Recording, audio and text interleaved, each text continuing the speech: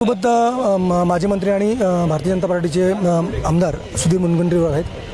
ज्या पद्धतीने ही सगळी कालपासून चर्चा होते वेगळ्या विदर्भाची, माझा प्रश्न तुम्हाला असा आहे की आजही गरज वाटते तुम्हाला वेगळा विदर्भ व्हावा? नाही, असं आहे की गरज ही प्रशासकीय दृष्टिकोनातूनच श्रद्धे अटल बिहारी वाजपेयी असताना या संदर्भामध्ये श्रद्धे अटल बिहारी वाजपेयींचं लोकसभेमध्ये भाषण आहे का, किंवा तेलंगणा करताना या संदर्भात भाषण आणि चर्चा आहे का? छोटी राज्य ही निर्मिती व्हावी असं एक विश्वरत्न भारतरत्न महामानव डॉक्टर बाबासाहेब आंबेडकरांनीही मत व्यक्त केलं होतं. पण नंतर काँग्रेसने जेव्हा 1956 मध्ये पुनर्रचना झाली तेव्हा मात्र या दृष्टीने काम केलं नाही आणि मग संयुक्त महाराष्ट्र झाला. वयामध्ये आता पुढचं जे वय आहे तुमचं ते कदाचित तुम्हाला घरी बसणारं वय असेल, पण आता ह्या पुढच्या 5 वर्षामध्ये सुधीर मुनगंटीवार हवे होते असं विरोधकही म्हणतायत आज.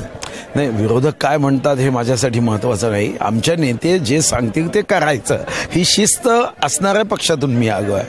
माझे वडील 19 महिने आणीबाणीमध्ये संघाचे स्वयंसेवक म्हणून आणीबाणीत राहिले. कदाचित ते आणीबाणीत नसते तर मी डॉक्टर लागलो असतो आणि मी तर राजकारणातही नसतो. जे दिलं ते पक्षांनी भरभरून दिलं आहे आणि जेवढी जनतेची सेवा करता येईल ते मन लावून करण्याचा माझा संकल्प. सुधीर मुनगंटीवार साहेब ज्या पद्धतीनं वेगळ्या विदर्भासंदर्भामध्ये त्यांनी मांडताना सांगितलंय की डॉक्टर बाबासाहेब आंबेडकरांनी अशा प्रकारच्या या सगळ्या घटना दिल्या आहेत, त्याच्यामध्ये वेगळी राज्य हवी, छोटी छोटी राज्य त्यांचा विकास होईल आणि त्याच विषयाबरोबर मी सहमत असल्याचं यावेळी सुधीर मुनगंटीवार यांनी सांगितले. त्यामुळे अनेक विषयांवर चर्चा करताना त्याने आता पुढे ते मंत्रिमंडळामध्ये येतात का नाही हे पाहणंही तितकंच महत्त्वाचं असेल की भारतीय जनता पार्टी ज्या पद्धतीनं आम्हाला वापरणार आहे ते आम्ही घेणार आहोत. त्यामुळे पुढे काय होतं हे पाहणंही तितकंच महत्त्वाचं असेल.